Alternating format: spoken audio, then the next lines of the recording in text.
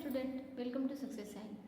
आई hope आप सभी बहुत अच्छे से होंगे और अपने आने वाले एग्ज़ाम की तैयारी बहुत अच्छे से कर रहे होंगे।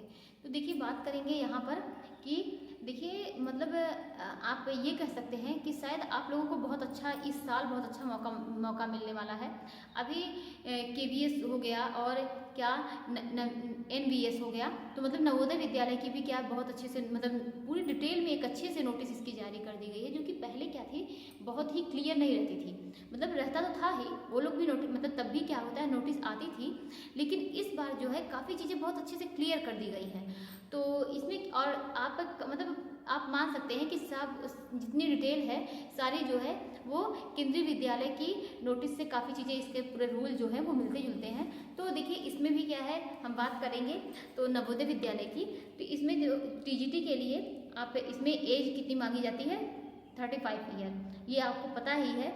और एज रिलैक्सेशन पूरी बात की जाएगी तो सेम पूरा एज रिलैक्सेशन प्रोसेस किसकी तरह है कि केवीएस की तरह है ना।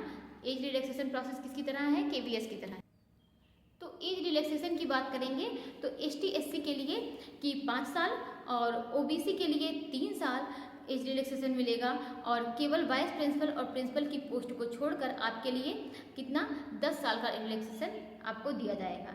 जैसा कि आप जानते हैं कि इसमें भी क्या था कि मतलब जो मतलब पीआरटी की था कि पीआरटी के लिए 30 साल थी, तो मतलब इसी तरीके से जोड़कर आपको अगर आपका 30 साल है तो अगर एसटी एससी से आते हैं तो आपको उसमें 5 साल आपको बढ़ा दिया जाएगा, यानी 35 साल कर दिया जाएगा।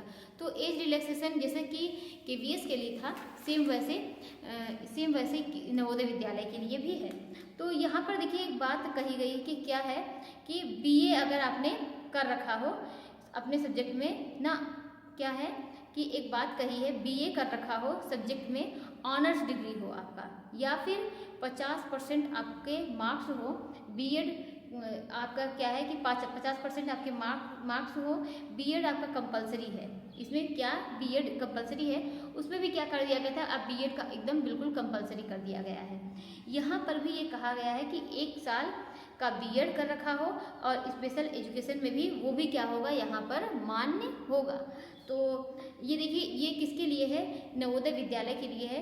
टीजीटी हिंदी, आपने हिंदी से 3 साल पढ़ा हो और मैथ से 3 साल पढ़ा हो, तो मतलब सारी चीज़ें क्या है कि अगर आपने 3 साल पढ़ा है, ये नहीं कि आपने 2 साल पढ़ा है तो आप टीजीटी के लिए अप्लाई कर सकते हैं। आपको मतलब आप उसी सब्जेक्ट में अप्लाई कर पाएंगे टीजीटी के लिए जब आपके 3 साल हो। मतलब सेम रेगुलेशन की बात की जाए, सेम क्या है कि केवीएस की तरह ही निकाली गई है। जैसे कि अभी आप देखेंगे तो इसमें सारी चीज़ें, जैसे एक तरफ क्या लिख दिया गया है मेन सब्जेक्ट, दूसरी तरफ क्या है कि सब्सिडियरी सब्जेक्ट इसको डाल दिया गया है। और इसमें क्या है बायोलॉजी, लाइफ साइंस, तो इस तरीके से दिया हुआ है। फिर दूसरी तरफ ब्रैकेट में इस तरीके से दिया हुआ है कि आपका 2 सेमेस्टर यानी 1 साल का केमिस्ट्री, बॉटनी या जूलॉजी हो।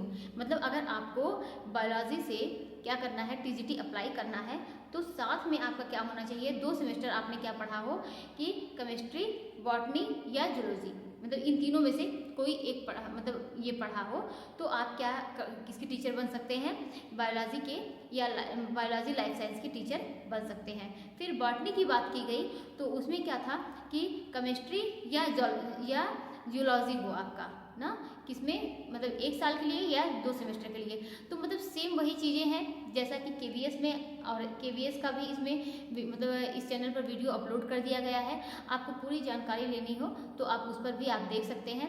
ये वैकेंसी जो है ये सब जब बहुत जल्द आने वाली है, तो आप लोग लग के तैयारी करिए जिससे कि आपका सिलेक्शन जल्दी से ही जल्दी हो जाए, और क्या है कि आप अपनी लाइफ में बहुत ही आगे बढ़ सकें और बहुत ही खुश रह के अपना जीवन व्यतीत कर सकें।